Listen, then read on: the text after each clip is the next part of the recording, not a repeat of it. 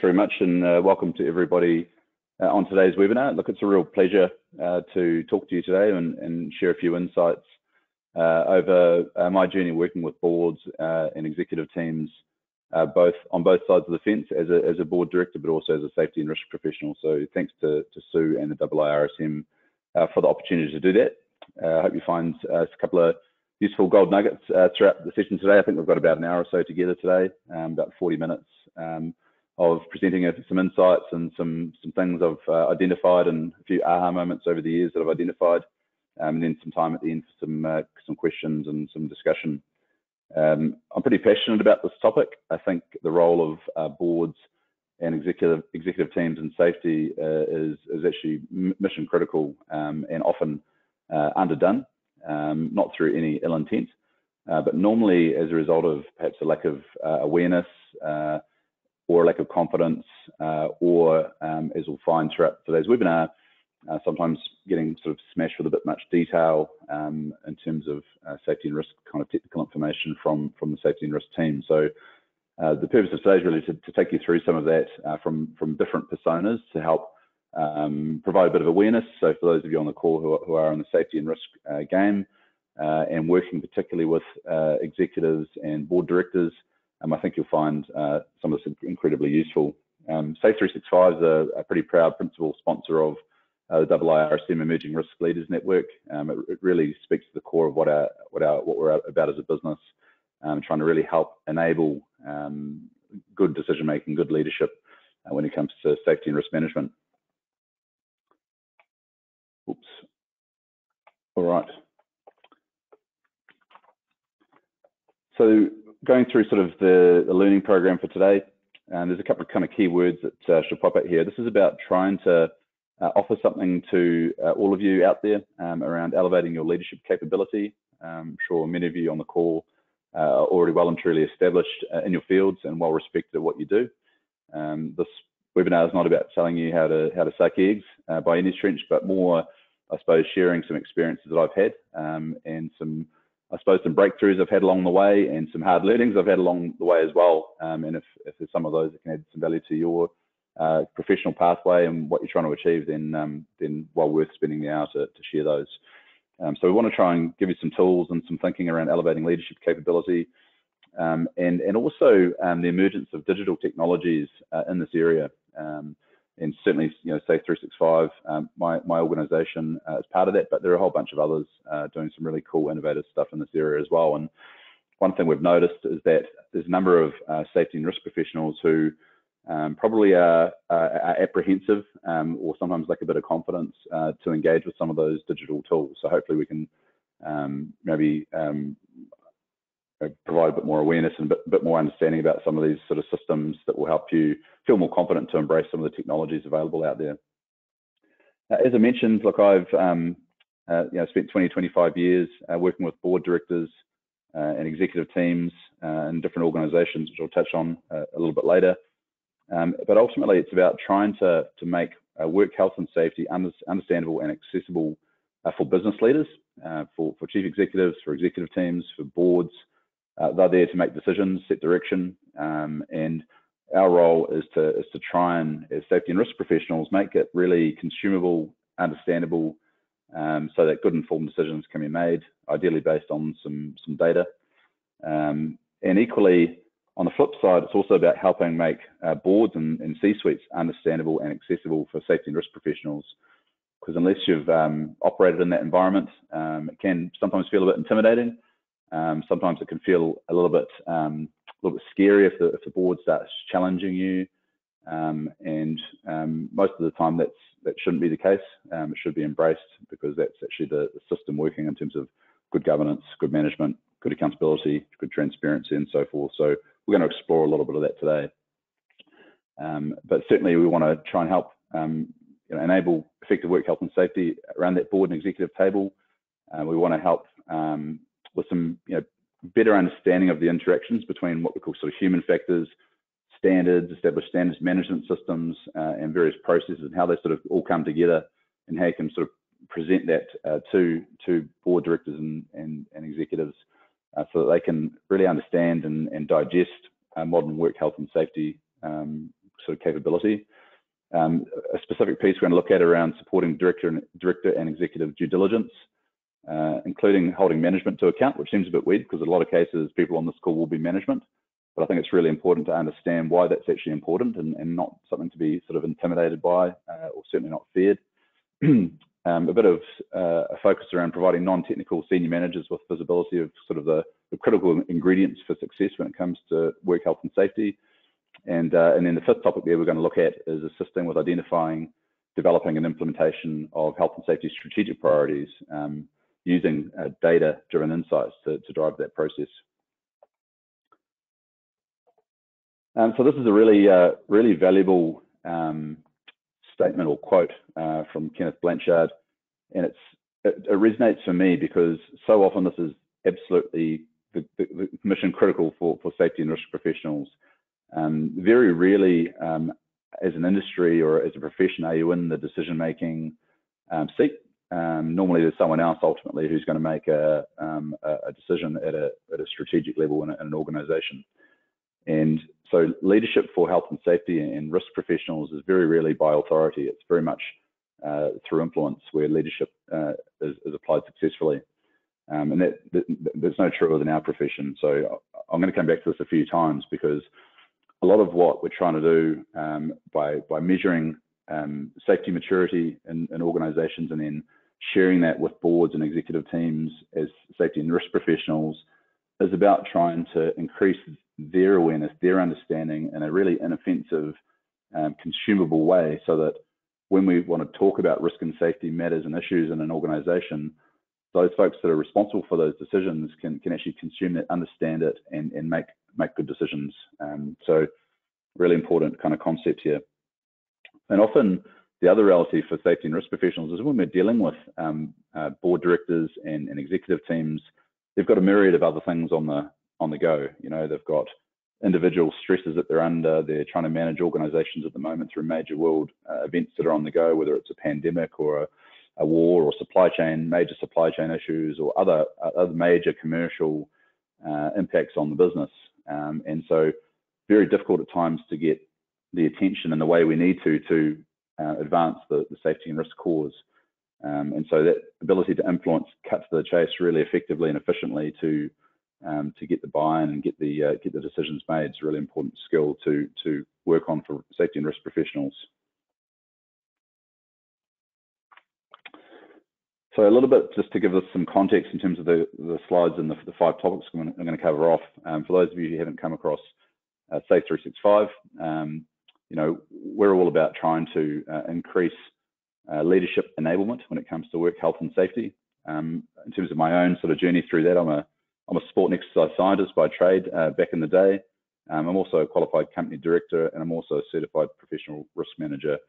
I've been on boards for the last 20 years alongside my sort of management career as well, and have worked in drowning prevention in particular, applying risk frameworks to try and reduce the global drowning toll. And I've run operations in New Zealand, Australia, UK, Asia, the Middle East, South America, to name a few. So I've seen a fair bit and had here when I started doing that all those years ago. In 2016, with my co-founder Mark Kidd, we started Safe 365, and it was really in response to something quite profound. So we're down here in New Zealand. It's about 1 a.m. at the moment for me, and in New Zealand at that time, we had a major mining disaster, the Pike River mining disaster, that led to a Royal Commission of Inquiry and looked at New Zealand in particular, our health and safety system as a country, and it identified a number of vulnerabilities, and that resulted in a new legislation being launched around work health and safety back in 2016 that went live. And at the time, the striking thing for me coming into that area, supporting a number of people in our network who were board directors and chief executives and C-suite sort of people, is the stark lack of basic understanding around work health and safety of folks working in those roles. A real lack of understanding of basic due diligence in the context of risk and safety, and some real worry, frankly, from those people about what they were going to do and how they were going to do it. And so we found that this was actually a very consistent problem or challenge that people were trying to solve. And at the time, the only way that really was to be solved was through, I suppose, a traditional advisory service where an organisation would go get a health and safety or risk advisor to come into their organisation and sort of give them some advice and some training and whatever. And a lot of the principles involved are really, really simple, and I'm sure many of you will share that sentiment on this call. It's not rocket science, as we say, but it was missing on a critical mass. And so SAFE 365 was designed initially to really help organisations really understand what are the in basic plain English, what should we be doing, how well are we going, what are our gaps, and what do we need to do to get better at this over time, and how do we monitor that over time so that we know we're getting some results. So fast forward on, that was 2016 to 2022, we're working with some 10,000 organisations around the planet.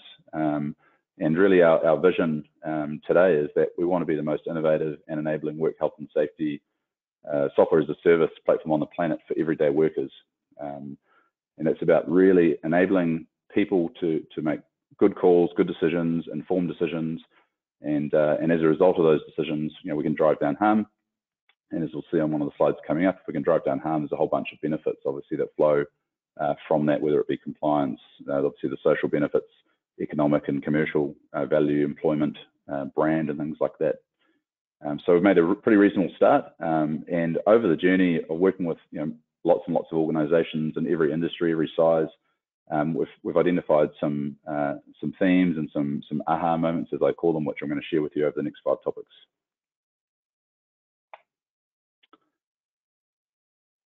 Sometimes you might shake your head for those of you who service boards or report into a board and or an executive team, but believe it or not, most executives and boards want to make the best possible decisions for their organization. It might seem like a really obvious statement, but one of the reflections I've had over the years, particularly maybe when I was a little bit younger and earlier on in my career, is that sometimes it doesn't feel like that. Sometimes it doesn't feel like that. And you think that is it me, is the board kind of just been difficult? Can't they see what needs to happen? Things like that. You have those thoughts. The reality is that the intent is to make the best decision possible for the organisation. The reasons why boards and sometimes executive teams make bad decisions are really varied, but it is important to understand what some of those factors are. Because when you're coming into that environment and you're trying to influence them and you're trying to present some useful data and you're trying to maybe show them some dashboards and get their ear to help drive a decision that you need them to make, if you can understand a little bit about what maybe they're going through and where they're coming from, it can help broker through this kind of issue that does pop up. So sometimes you might be surprised to learn that boards and executive teams often lament a lack of insight from technical content that they get provided with. So in other words, the safety and risk professional, and we've all probably done it, we get a bit guilty of putting in a chunky report with quite a bit of analytical content. And sometimes that doesn't necessarily synthesize out into an insight, a particular gold nugget that we're trying to impart on that body to help them make a decision. So it becomes a bit overwhelming. So a lack of insight from technical content is an issue out there. There's also, one of the later slides will show this, there's a lack of capability, particularly around boards and to some extent management teams as well, in understanding kind of what good looks like and what the ingredients for modern work health and safety are. And so that leads itself into a bit of a lack of confidence, actually, with people in those personas. And that lack of confidence sometimes can manifest out in an inability to actually make a decision at all, or someone who it can really drive groupthink as a psychological bias, because someone in the room or in the group doesn't feel confident enough on what they're seeing to actually put their hand up and ask the question, to clarify something or seek more information, whatever it might be. And so you get this sort of groupthink mentality where a decision gets made, but it's not actually the best decision because it might be one person's view and the other people around the table didn't feel confident to check and challenge or seek more information or actually just acknowledge that they didn't understand it in full, provide more information. Fear, uncertainty, and doubt, which sort of flows on from the previous comment. So if you don't necessarily understand the subject matter particularly well, if you're a chief financial officer and you're very strong in money and dollars and financial analysis, and you're presented with a work health and safety kind of strategic decision, sometimes there's a bit of fear because of the human consequences involved, and sometimes the decisions that need to be made. So that's something to be aware of as well. There's also sometimes poor decisions get made because they get made in a fact-free environment. You know, it's a risky scenario when we start making important strategic risk and safety decisions in the absence of fact, but yet it happens on a daily basis on most boards in some way, shape, or form. And so, kind of having a nose for that and challenging that and raising the flag when you do see that happening, because you can stop a poor decision from being made through early intervention. Lack of understanding is another reason why poor decisions get made. So lack of understanding the context for work health and safety within the organisation itself, and the role of the board versus management versus the delivery operationally. The reason for the decision, the why. Very hard to make a decision if you don't understand why that's required in the context of that. And equally, if you don't understand the options available, that's also another challenge. So if you're putting up decisions, it's good to have options for people around those tables. And also a general lack of understanding of obligations, particularly for what you might term officers or directors, where there's some additional legal obligations that need to be met in terms of due diligence, etc. That's all underpinned by not only groupthink, but a whole range of other psychological bias that sometimes snatch defeat from the jaws of a great decision around the board table. But I think the key lesson and the observation for me on this is there is intent actually to make the best possible decision. It's just about understanding all of the things that are going on in that dynamic, which sometimes result in a poor decision or a suboptimal decision being made. And as safety and risk professionals, we've got an opportunity to kind of front foot that and put some of those issues out there so that they're known, so that if once they're known, people are more aware of them and they can sort of take them into account through the process. So it leads me on to this one, and I'm sure to my earlier point, you know, there has been a bit of a lot of organisations are moving away from this now, thankfully, but the sort of paralysis by analysis kind of factor at play. You know, get all the information you can, and we'll think of use for it later. In some respects, getting all the data you can is actually spot on, but it's how you turn that into the meaningful insights that tell a story, that provide some good balanced evidence to help make a decision. That's the important thing there, rather than providing all that detailed analysis sometimes to the decision makers, which can be quite paralysing for them to do that. So, and that's feedback we get from a lot of boards, and something I've experienced many times as a director myself. Okay, so into the first of our 5 topics for today's webinar. So the first one is about what we call our working thesis. So this is Safe 365's working thesis, or I suppose an extension of my working thesis by default.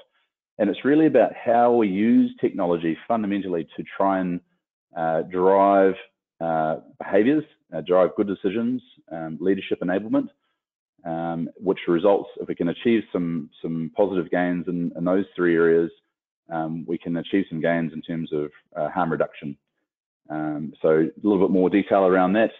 If we think about governance, so the strategy, the capability of the organisation, the safety maturity, we think about all of the daily things that management are doing to deliver or bring to life your safety management system. We've got data, incidents, and control effectiveness, and a whole bunch of different sort of data points coming in to the melting pot. We've obviously got supply chain management as well, which is a key and increasing part of the work health and safety kind of puzzle coming in. So we've got technologies that help bring those 4 factors to life digitally from a Safe 365 platform perspective. And in every case, they're designed to I suppose, feed insight and data into a bit of a funnel. And that funnel is designed to help enable leadership, and we do that through increased awareness, making it really simple, making inherently technical things consumable for people to understand in those roles, so that they can make good decisions.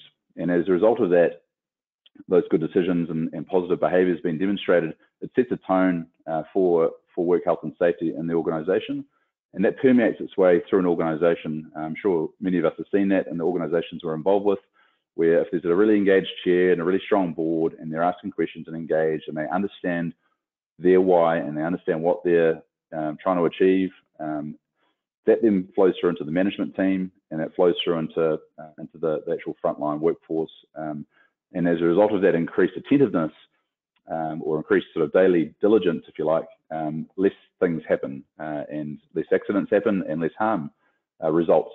And as a result of that less reduction in harm, there's a whole bunch of positive things that are unlocked, which won't be a surprise to anyone on this call.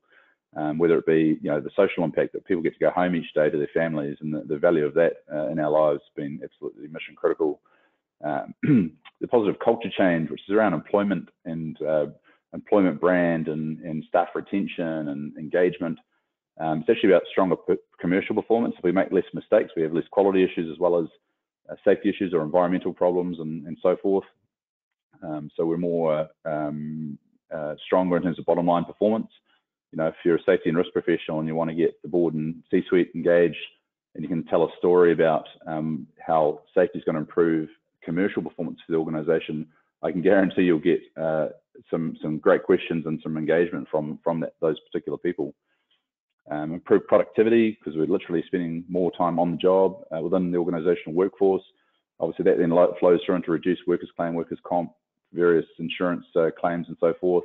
And obviously, last but not least, and obviously important, is the improved legal compliance and reduced exposure that comes with getting it wrong.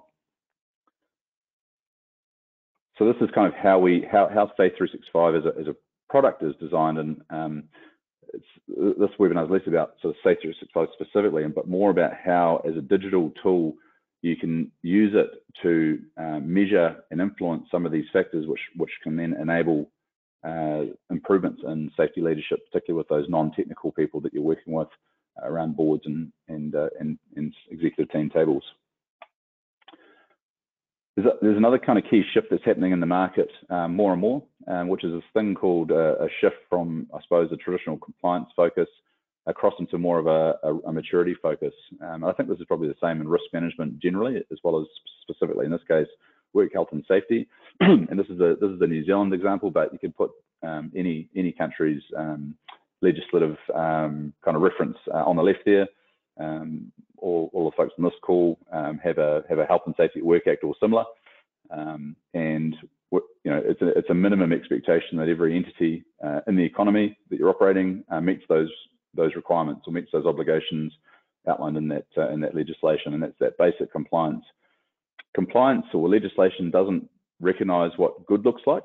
The law is the minimum viable threshold of attainment, not the maximum. But for a long time, it was really the staple of what organisations were aiming up at. And so you get this very inside-out view, because when you look at it from a compliance perspective, everything you're doing and all the activities that you're undertaking are all driven around making sure that the compliance box gets ticked. You can demonstrate that you're meeting that threshold. A safety or a risk maturity focus is a little bit more complex. There's a bit more of a dynamic going on there. It's a different way of thinking. First and foremost, it's not based on any external standard or legal standing. It's part of the ingredient of it, but it's not the be-all and end-all of it. And so there's no external driven stimulus for safety maturity. It's very much an out-facing in sort of scenario as compared to an inwards-facing out scenario like a compliance kind of mindset is. It also reflects that there are some other factors that are really important for really nailing a good quality work health and safety capability in a holistic sense. So yes, we've got some compliance around what are the regulations, what are the standards, and so forth. Then we've got recognised sort of formal best practice standards like your ISO 45001 or your risk management standard for 31000, etc. But then you've got a whole bunch of other factors which we sort of call loosely human factors, which drives things like leadership, culture, behaviours, emerging best practices, and a whole bunch of things. And And all of those ingredients all sort of interact with each other and affect each other to drive this thing at the core called health and safety maturity or capability. And boards now, particularly more mature boards, contemporary thinking boards, are taking more of a balanced approach in terms of their legal, not only their legal, but their moral, ethical, and best practice considerations. Whereas previously they've been more compliance focused, and this is the same for boards I've seen and spoken to, certainly in New Zealand, Australia, UK, and I'm sure it's similar in some other jurisdictions as well.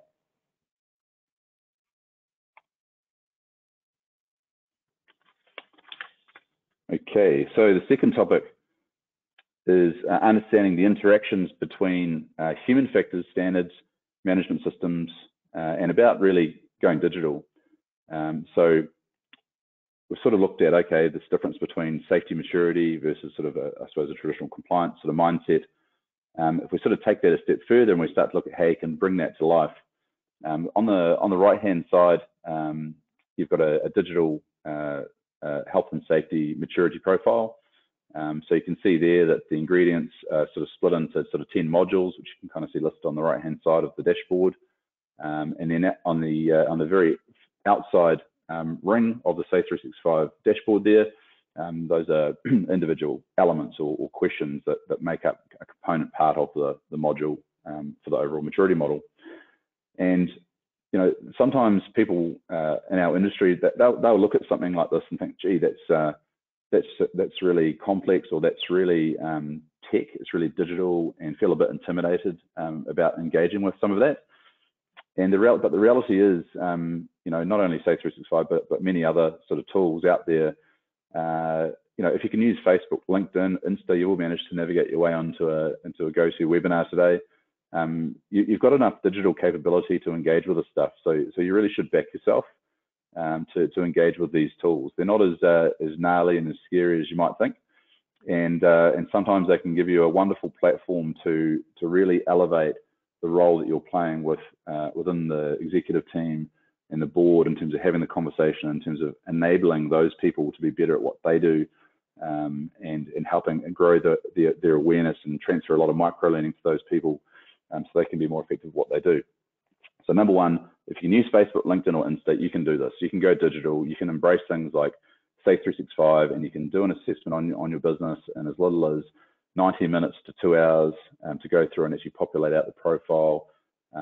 Most platforms you can do it for free, certainly as a free trial at least, and actually do an assessment. And I'd highly recommend, if you've never engaged with it, to have a crack at doing that, because you'll be really blown away by some of the insights that you glean off the process.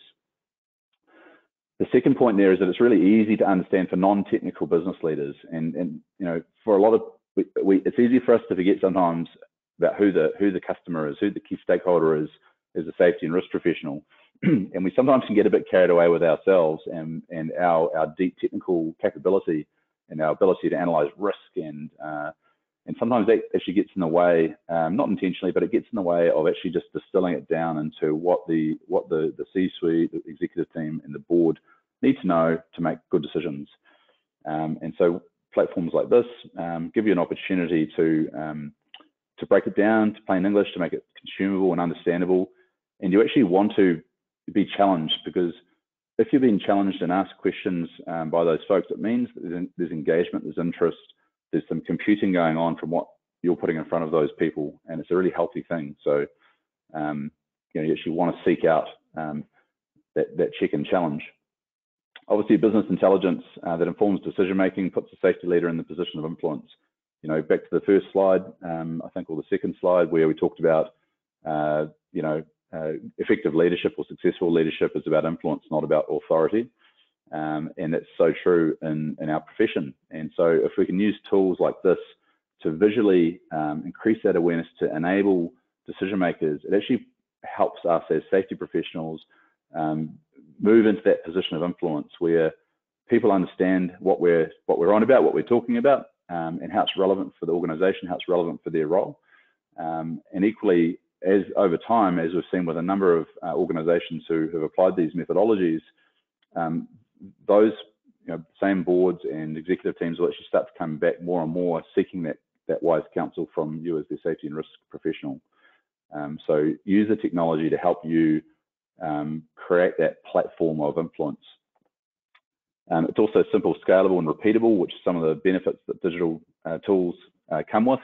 It takes away a lot of paperwork, it takes away a lot of manual handling, which also removes a lot of risk of error, and it's repeatable, and you know, that starts to introduce things like being able to benchmark different organizations, different industries, and so forth. And we've got a bit of data coming up a little bit later to share on that.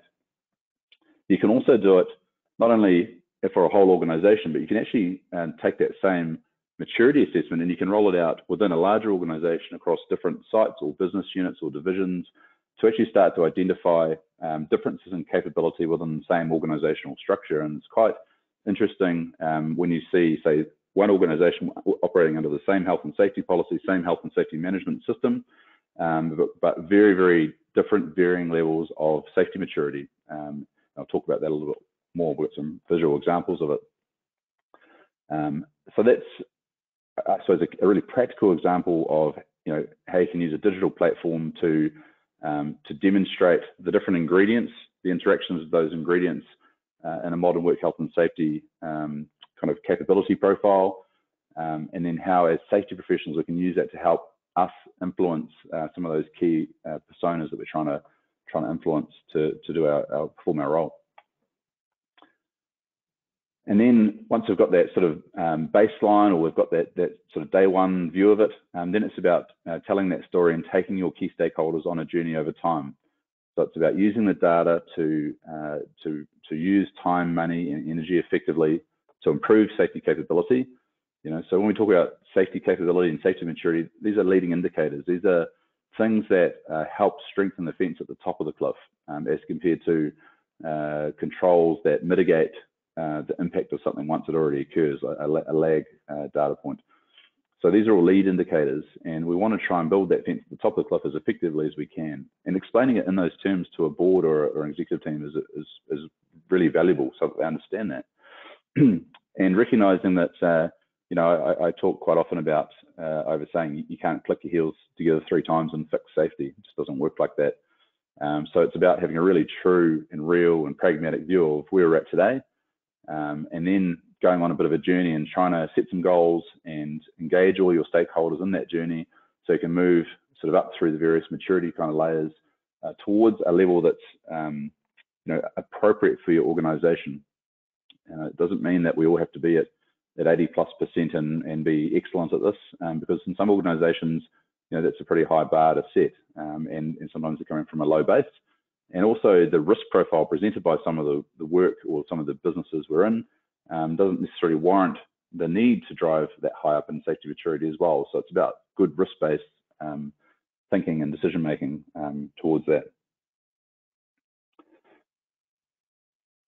So within the maturity profiles, in this case, again, using simple things that boards and executives already understand. They're already receiving things like financial reports. So they're used to things like balanced scorecards. And so they're used to things like traffic light reporting. They know that red generally means something's a bit off or bad. They know that amber means there's some work-ons perhaps, and they know that green's usually starting to get into a pretty good zone. So, you know, we don't need to reinvent the wheel. Using some of those traditional indicators, you know, numbers, you know, we have a safety index that you can track over time and benchmark that safety index against the market and against sort of this sort of maturity curve you can see on the screen here. You know, those are really practical, pragmatic things that people who aren't health and safety or risk professionals can engage with and understand and consume and digest. Okay, third topic, supporting director and executive due diligence, including holding management to account. It's always, you know, whenever I talk to management people about this, they're like, oh, you know, don't talk about holding management to account because it sort of has like a bit of a tension to it. But for good governance to occur, we need good quality management and vice versa. The governance and management are hand in glove, both have a different role to play in the system. And as management, we actually need our governors, our board directors, or if we're reporting into an executive team, our executive team, to question. We want them to read the stuff we're putting up. We want them to challenge us, challenge our thinking, clarify things, because that tells us they're engaged, they're thinking, and it's a second set of eyes. It's another line of defense for ourselves. So the interesting thing here is that, look, this is data from a few thousand organizations aggregated in, and we can see there that the 2 of the 3 lowest scoring modules across those 10 modules that I showed you on the previous slide are director knowledge and management knowledge, and so there's a systematic vulnerability or gap there in terms of directors and senior executive managers understanding modern work health and safety, the ingredients, what their role is, their obligations, how to apply due diligence, all these factors.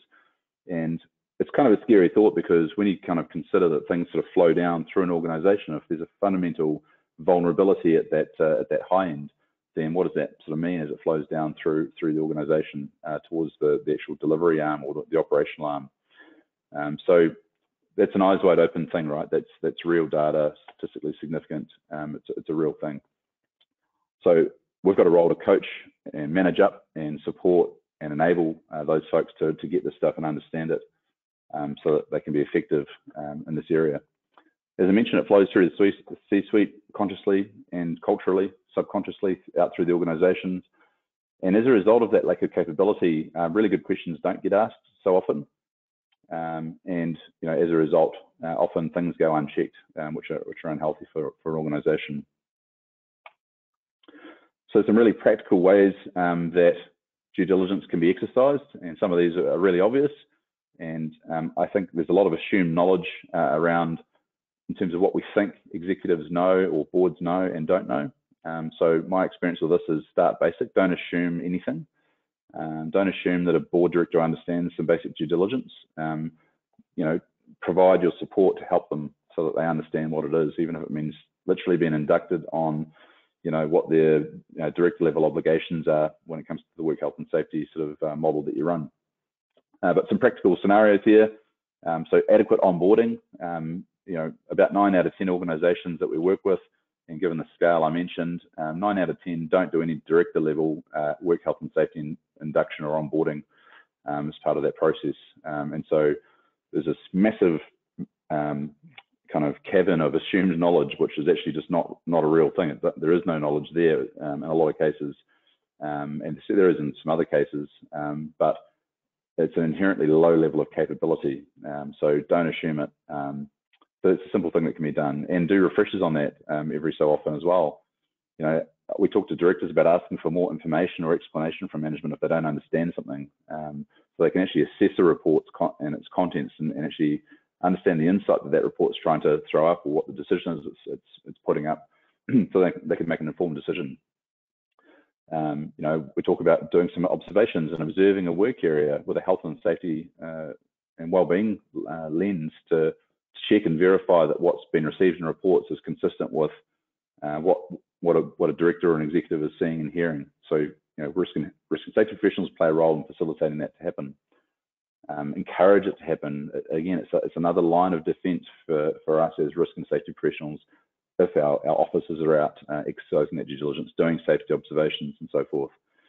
An independent opinion is really healthy. Don't be intimidated by an independent third party coming into the organization and challenging and asking questions about how we do it. It's not personal. It's all about lines of resilience and really flushing out any vulnerabilities or gaps that might exist. So ultimately, bad things don't happen. We don't have a major black swan risk event or work health and safety event that cripples an organization and harms and kills people because something got missed. So the more eyes and the more check and challenge that happens on that, the better. We talk about participating in ongoing professional development to remain up to date. So for boards, that might be through things like the Institute of Directors and other forums, so that they're getting upskilled on that. Again, we can play a role to make sure that we don't forget about the decision makers. We don't assume they know all this stuff, and we're actually supporting their ongoing professional development so that they can help us by being good at what they do from a governance or executive management perspective. Obviously asking questions, and probably one of the most critical things that we talk to directors about is actually being approachable to management on work health and safety matters. So actually being accessible to have those conversations, sometimes sidebar conversations, the informal conversations outside of meeting time to flesh things out. If we take another sort of a layer on that and we drive into supply chain risk, so this is a really emerging issue. It's been around for a while, but it's starting to become quite like legislated in a number of countries now, where different jurisdictions have actually mandated that clients or supply chain owners take greater responsibility for downstream risk of suppliers. And so there's a whole range of questions and tools, very practical things we can support directors, executive management, and obviously ourselves as safety risk professionals. We can be asking out across the businesses that we're operating in, what visibility do we have that our contractors are meeting the terms of their contracts with us? How many non-conformances have we had? If we've got a large supply chain, it's highly unusual that you would have none. So you should be curiously thinking about that and thinking, well, I keep getting no non-conformances or no compliance breaches here. Is what I'm seeing accurate? How can I verify that? So these sorts of questions are incredibly helpful just to flush out a degree of due diligence and verification and assurance that things are happening the way you intended them to happen. Okay, on to the fourth topic here, which is around providing non-technical senior managers with visibility of critical health and safety ingredients for success. One of the most critical things we can do as safety and risk people is to not make safety and risk management complex. It's inherently a fairly technical, complex area at the best of times. And we're pretty good at taking that into the executive team, into the boardroom. And I think part of it is wanting to demonstrate professionally that we've got knowledge and we've got value to offer, and we can bring that to the table. Unfortunately, the downside and sometimes how that's received by those folks is a little bit of too much detail and probably a lack of clarity on exactly the decisions we want them to make with that information. So, if there's one bit of advice here, having looked at this from kind of both sides of the fence, is don't make safety overly complex. It won't help you achieve ultimately what you're trying to achieve. So a key part of what we do at Safe 365 is actually kind of decoding it. So this thing on the screen here, which is our maturity profile, it's designed to sort of decode what is inherently a technical sort of reference point of legislation and standards and kind of research and things like that, and turning it into very simple, plain English terms that just about anyone can consume and apply. So that's a really important ethos. However you do that, whether it's on Safe 365 or anything else, as a principle, trying to keep it simple is a really valuable thing to do. Really coming back to, what are the knowledge points in the organization, whether it be governance, management, or operational knowledge, systems and processes that we've got in play to support good risk management, the human factors at play, leadership behaviors, engagement, and also the data and intelligence kind of factor or component parts we've got sitting underneath that to make sure we're working with good information and good intel to make good calls. So simple visual tools can make this a lot easier for directors and executives to understand. And again, things like use of traffic light reporting and so forth are incredibly helpful. And the last topic is looking at how we can use some of these digital tools and data to drive development and implementation of health and safety strategies and strategic priorities. So in this example, we've got, say on the left-hand side, let's call this a large organization. Each of the little circles on the right-hand side might be, say, a business unit or a division or a site. And this could be, 2 to 2,000 sites. And on the left, we've got an aggregated view of that data. This is just a visual example, so don't sit there with a calculator and have me for the adding them all up. But you can take a set of maturity data and you can look at that as an individual business unit or individual organization and get some insights about the capability of that particular parcel or that bucket. And so on the left-hand side, you can see that in this case it's a 49% safety index. The module on the top that's red there is director knowledge, so you can see there's a bit of a vulnerability there. The red one down the bottom is audit and verification, and you can see on the left here the other red one is workforce engagement. And so we can see very quickly, okay, there's 3 modules that we've got some pretty decent gaps in. What do we do about that? And we can kind of solve for that. So that's pretty straightforward as an individual business unit or overarching organizational view. When you get a bit more deeper on it and you start to look at it by business unit, you might be surprised to learn that the safety maturity across, let's call this one organization, it's got one health and safety policy over the top, it's got one, ISO 45001 accredited health and safety management system that wraps around all 25 business units, yet when you start to sort of dive into the detail, you can get quite variable degrees of safety maturity. And we've seen this in practical terms in a number of large organizations that we've worked with over the last 5 or 6 years. And the reasons for those changes are incredibly practical, right? When you start to look at different business units, there's different leaders, different general managers who have got different degrees of understanding and engagement on work health and safety matters. We've got the reality that some business units might have, say, an in-house safety advisor, some may not.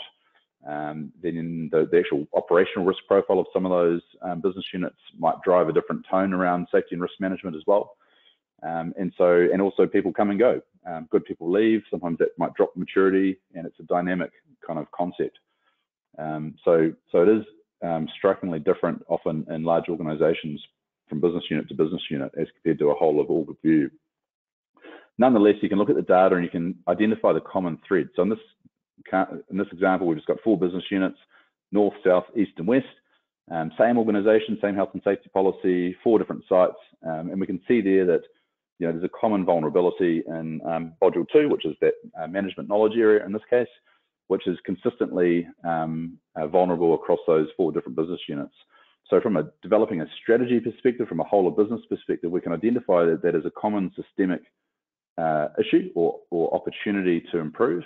And then we can look at an intervention to specifically solve that issue, which we can get. It might be a management kind of CPD program, or it might be some training, or it might be some activity to increase that knowledge in those areas. And we can obviously move the dial once that's been done, and then look at the next most critical thing. So, in this instance, we've got a couple of modules which are pretty lean on module 5, which again in this case is audit and verification. And so again we can look at equally in the same organization, say business unit B, South, they've got some quite good practices and underway, some good maturity in this area. So maybe there's some things we can grab from business unit B and we can sprinkle that into business unit A and C to help improve what they do. So we're sharing all the good stuff we're doing across our organization. So you can piece that together, and it's all about using time, money, energy efficiently, using data to underpin that. It's a heck of a lot easier to get support for resourcing to invest in those interventions if you've got a data set that can show those gaps, so that executives, etc., can make a good call around putting budget behind interventions. So support leaders to understand the ingredients, visually show them the current state versus where you want to get to. Use maturity and performance data to paint the picture, so it's sort of lead and lag sort of data. Provide a practical risk-based continual improvement pathway, and make sure you close the loop on achievements. So show that progress, celebrate the wins along the way. All right, just about ready to wrap up. Summary of things. So ultimately, we talked about embracing digital tools, and it's about building intelligence. Data is king. You can do a lot of things with data. You can build awareness. You can enable people to make good decisions. And we want to avoid that sort of decision making in an effect-free environment that we talked about. Increased awareness to create enablement is really important. Keep it really simple. Focus. Use that data to focus our time, money, and energy to achieve the greatest impact. And again, don't forget, coming back to this key principle that sort of flowed right the way through this webinar, the key to successful leadership is influence, not authority. Not a truer word could be said in the safety and risk profession because of the environment we operate. We very rarely have that authority to make the ultimate call. It's about how we influence the folks that do, so that they make good decisions. And remember that most executives and boards want to make the best possible decisions for their organization. Sometimes it doesn't feel like that, but trust me that they do. Last but not least, before I wrap up and take any questions, I'm actually going to be in the UK. I'm down in New Zealand at the moment, but I'm going to be in the UK with Mark and myself, my co-founder, at the SHP Expo at Excel in London on May 17th to 19th at stand 1250. We'd love to see you there. If you're in London and around, come and say hi. We'd love to talk about some of these principles and concepts with you in more detail, shake your hand, or if you'd prefer, happy to have a side meeting that week at some other time and catch up with you and share some more stories about risk and safety management. All right, over to you, Sue. Thanks ever so much, Nathan. It was a really interesting and informative session. We do have a few questions. The first one is, how do we ensure we don't get bogged down with just collating the data, but actually use it effectively to inform what we do? And I think the person is getting to the point of, you know, we're getting all this data in, but what do we actually pick out, and how do we actually share it effectively? Yeah, I think it's data for data's sake isn't helpful. It's about how you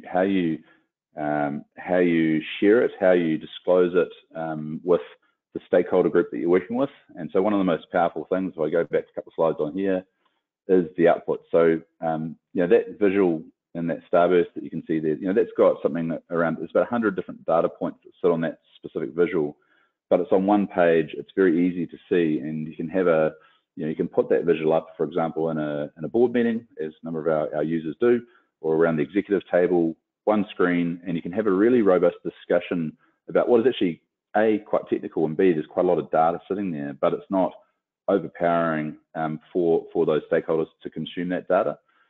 So a key thing is using tools like Power BI, and would be another one where, you know, this is a software as a service scenario, but if you look at, say, Power BI or Tableau, these days there's some really, really nice visualization tools that breathe life into data. So it takes it out of just tables and kind of gnarly stuff, and it makes it quite visual, more dashboard oriented, more use of things like traffic light reporting, so that you can really hone in on the bits of data you want to draw attention to make the impact you're trying to make. Okay, thank you. Another question then is, can you suggest some good tips for approaching gaps in the knowledge at director level? Yeah, look, I spent a lot of my time in this area. A lot of it comes down to coaching. So finding, if you know, I'm not sure I asked the question, but if you're not comfortable working with directors directly one-on-one, so that's a good start. Go and have a coffee, have a discussion. You can do things like surveys of directors just to actually see what the gaps are and what they look like. But organising training interventions, having like I know a number of boards these days have like an independent risk coach who might be someone like me, who comes in and spends a bit of time with them, and equally with the risk and safety professionals within the organisation to kind of enable both parties to really work effectively together. So getting a bit of a risk coach, in the same way you have a sort of a scrum coach for agile methodologies, same sort of approach. So utilising that, there's a myriad of online solutions and videos and tools available in terms of you know, freely accessible training. Case studies are a really good one. We had one the other day with a major board here in New Zealand with one of our health boards, where we looked at a near-miss incident, and we actually retrospectively applied due diligence over that. So it was very real, quite raw. Unfortunately, it didn't, you know, result in a near hit, but that was a really practical way for us to actually identify the due diligence obligations that we have legally in this particular jurisdiction, and apply an incident that actually did happen in real life for this client, and actually retrospectively sort of look at, well, how do you think we went here in terms of applying these due diligence principles? You know, who feels that we adequately verified that these controls were in place? And you know, there wasn't too many hands up around the table, and so that creates an appetite for wanting to learn more, because it becomes very real and very practical about what the gaps are. So I'd recommend those sort of exercises as well. Okay, thank you. And sort of linked to that, another question is, our directors sometimes in the meetings are quite passive. So how do we get them to be more engaged? Yeah, they are. And it's part of it's around trying to work out, and sometimes it takes a bit of time, is to work out why they're passive. Because there's a lot of different reasons for that. Sometimes I've observed directors being passive because they're a bit paralysed by the sheer amount of data that might be in a report, for instance. Some have a lack of confidence, so actually don't feel comfortable to become proactively engaged. Sometimes there's over time, the respect for the safety and risk professional sometimes can erode if perhaps this has gone on for some time. So really trying to understand, I mean, really as safety and risk professionals, really honest with ourselves around what might be going on here. Maybe talk to a few other directors or other people in that meeting after the meeting to work it out, you know, why that person's might be approaching it the way they are, and then try different strategies to get them engaged. So things like asking them questions. You know, what do you think about this? You know, direct questions you know, that sort of draw people into a conversation. But again, I think the critical thing is to understand, why is someone passive? You know, have they got something else going on in their life completely unrelated to what's going on in that boardroom that's driving that behaviour? You know, lots of things that go on. Okay, it's good advice, thank you. Another question's come in. Where is the influence more impactful for an HSE professional, with leadership or with the employees? It's an interesting one, because it probably feels like a bit of a shorter term sugary fix when we get a quick win with the employees, because we can kind of be seen to be the authority. It's probably healthy for our ego to some extent, because we've got all the information and the knowledge. It's a much harder challenge to influence the leadership, but ultimately I think it has a much more compelling impact long term for the organization. You know, one of the biggest vulnerabilities that we see, and where it goes terribly wrong for organizations that do have major black swan type events, is more often than not a failure of leadership. And so, you know, it's in reality, they're not mutually exclusive. But I think in terms of the question of what's more impactful, I'd suggest that the leadership piece is more impactful in the mid to long term. Okay, thank you. I'm just seeing if there are any more questions to come in. Has anybody got anything else they'd like to ask? Let's give a few more moments.